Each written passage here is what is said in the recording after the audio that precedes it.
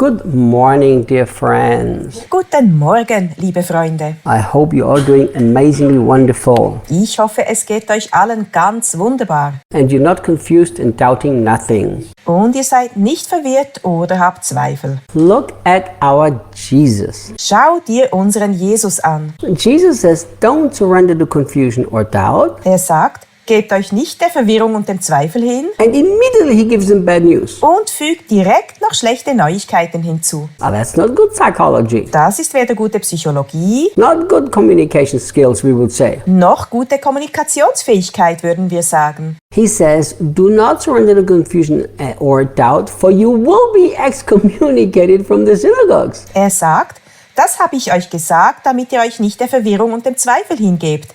Denn ihr werdet aus den Synagogen ausgeschlossen werden. And the time is coming when you will be put to death by misguided ones who will presume to be doing God a great service by putting you to death. Und es kommt eine Zeit, in der ihr von Irregeführten getötet werden, die davon ausgehen, dass sie Gott einen großen Dienst erweisen, indem sie euch töten. Excuse me, Jesus?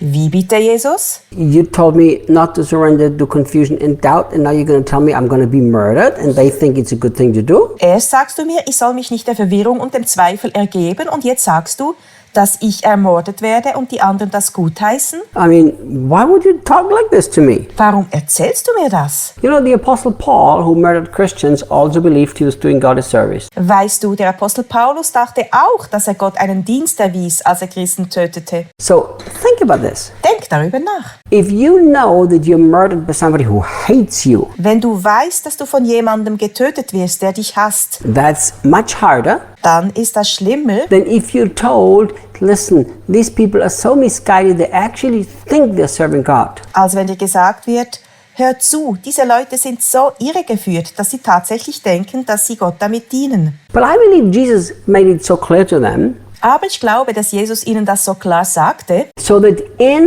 the time of persecution they would not take it personally, damit sie es in Zeiten der Verfolgung nicht persönlich nehmen, so they didn't have to be confused. damit sie nicht verwirrt sind. Think about it. Denk darüber nach. No matter what happens to us, whenever we take it personally, it goes very deep. Egal was uns widerfährt, wenn wir es persönlich nehmen, dann geht es sehr tief.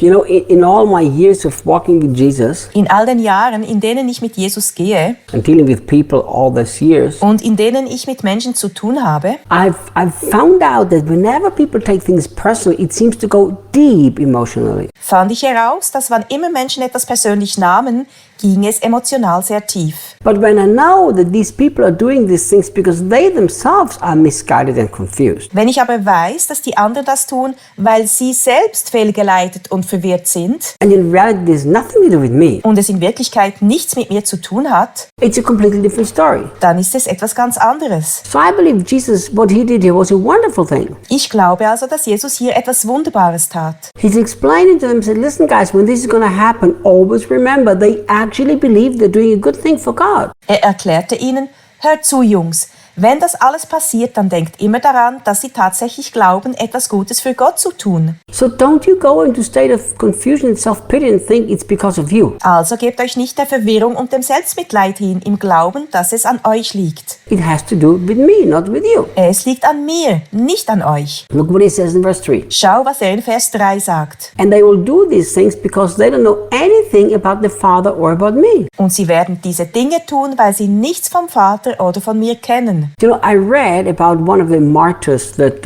was put to death. Ich las mal über einen Märtyrer, der getötet wurde. These are stories that I recommend every Christian to read. Und das sind Geschichten, die ich jedem Christen empfehle zu lesen. And one of those people that was martyred, Bei einem dieser Märtyrer the person who was about to kill him said, for their Christian faith, said this. sagte die Person, die ihn wegen seines Glaubens töten wollte, Folgendes. What can your God do for you now? Was kann dein Gott jetzt für dich tun? Look what this person said. Schau, was er antwortete. What God can do for me now is to give me the grace to love you and to forgive you. Was Gott jetzt für mich tun kann, ist, mir die Gnade zu schenken, dich zu lieben und dir zu vergeben. And the person actually forgave. Und er hat tatsächlich vergeben. You see, Jesus is telling them so that they could walk in the grace of God and face this situation. Jesus sagte ihnen das also, damit sie in der Gnade Gottes leben und sich der Situation stellen können. If we would remind ourselves that many people do many bad things because they neither know Jesus nor the Father, Wenn wir uns bewusst machen würden, dass viele Leute schlimme Dinge tun, weil sie weder Jesus noch den Vater kennen, instead of being confused, being doubting, and maybe even being angry with these people, könnten wir, anstatt irritiert, zweifelnd oder sogar wütend auf sie zu sein, we could walk in love and compassion in Liebe und Mitgefühl wandeln and cry out to God for forgiveness for those people like Jesus did on the cross. und Gott um Vergebung für sie bitten, so wie Jesus es am Kreuz tat. And we would desire to bring them Jesus and the Father instead of trying to have a feeling of revenge. Und wir hätten ein Verlangen, ihnen Jesus und den Vater nahezubringen, anstatt Rache zu empfinden. But there's something else when I read verse 3 that comes to my mind. Aber mir kommt noch etwas anderes in den Sinn, wenn ich Vers 3 lese. So look, they are doing these bad things because they neither know the Father nor Jesus. Diese Leute tun also das Schlechte, weil sie weder den Vater noch Jesus kennen. You know, just recently when we were at our school of the prophetic and supernatural, Erst kürzlich, als wir auf unserer Schule des Prophetischen und Übernatürlichen waren, people were talking about like, man, will we ever come to the place where Reinhard has arrived in his Christian walk? sagten die Leute, Mann, ob wir wohl jemals in unserem Christenleben dahin kommen werden, wo Reinhard ist? Do you know what I said? Wisst ihr, was ich sagte? I said, guys, you don't understand. Ich sagte, Leute, ihr versteht nicht. If it would not be for grace and the finished work of the cross, you would not want to be in a room with me. Wenn nicht Gnade und das vollbrachte Werk am Kreuz wäre, würdet ihr nicht mit mir in einem Zimmer sein wollen. Because I would not be a nice guy.